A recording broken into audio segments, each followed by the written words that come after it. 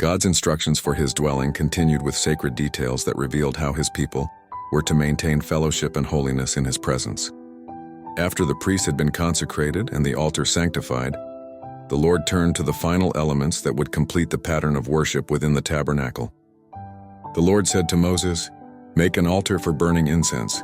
It was to be made of acacia wood, 1 cubit long, 1 cubit wide, and 2 cubits high, square and overlaid with pure gold. Its horns, like those of the bronze altar, were to be of one piece with it, symbolizing unity in God's design. This golden altar stood inside the tent of meeting, before the veil that separated the holy place from the most holy. Upon it, Aaron was to burn sweet incense every morning when he tended the lamps and every evening when he lit them. The fragrance was to rise continually, a symbol of unceasing prayer ascending before God. No strange incense, burnt offering, or grain offering was ever to touch it. This altar was set apart for one sacred purpose, the offering of worshipful intercession. Once a year, Aaron was to make atonement for the altar by applying the blood of the sin offering to its horns. Even the golden altar, radiant and pure, needed cleansing, for nothing in the sanctuary was holy apart from the blood. The Lord declared it to be most holy to the Lord, reminding Israel that all access, even in worship, was made possible through atonement. Then the Lord spoke of the atonement money, a ransom given for each life when the people were counted. Every Israelite 20 years or older was to give a half shekel as an offering to the Lord, that there may be no plague among them when you number them.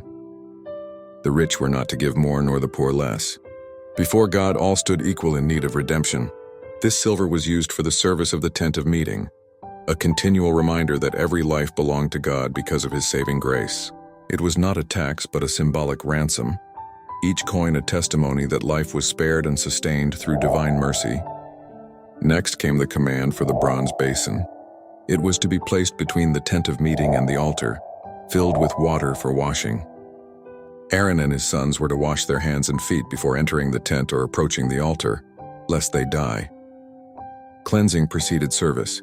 Purity was not optional but essential.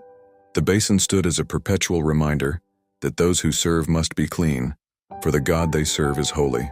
Bronze and the metal of judgment and again spoke of sin dealt with and purity maintained.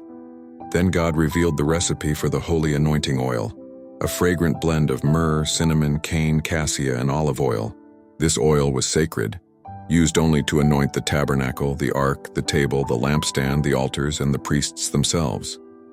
Whatever it touched became holy. No one was to imitate or use it for personal purposes. It was the fragrance of consecration, belonging only to the service of God. The penalty for misuse was being cut off from the community, for holiness was not to be treated as common.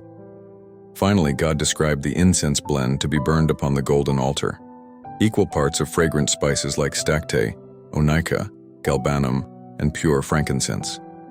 These were mixed and beaten into fine powder, forming a sacred aroma reserved for the Lord alone. "You shall consider it most holy," God said. To copy it for personal use was to dishonor the holiness of his worship. The incense represented the prayers of God's people, unique, pure, and pleasing only when offered in reverence. Exodus 30 weaves together fragrance, cleansing, and sacrifice, a beautiful picture of how God's people are to live before him. The golden altar teaches that prayer is the breath of holiness. The ransom silver reminds us that all belong to God through redemption. The bronze basin declares that continual cleansing is needed for service. And the anointing oil and incense show that holiness is fragrant only when set apart for God alone. Every element points to Jesus Christ, our intercessor at the golden altar, our ransom paid in full, our cleansing fountain, and our anointed high priest whose life is a sweet aroma before the Father. Through him, the worship of heaven and earth unites as one holy fragrance rising eternally before the throne of God. Next comes Exodus 31, where God appoints skilled artisans to build the tabernacle, gives the final reminder of the Sabbath, and concludes his covenant instructions with tablets written by his own hand.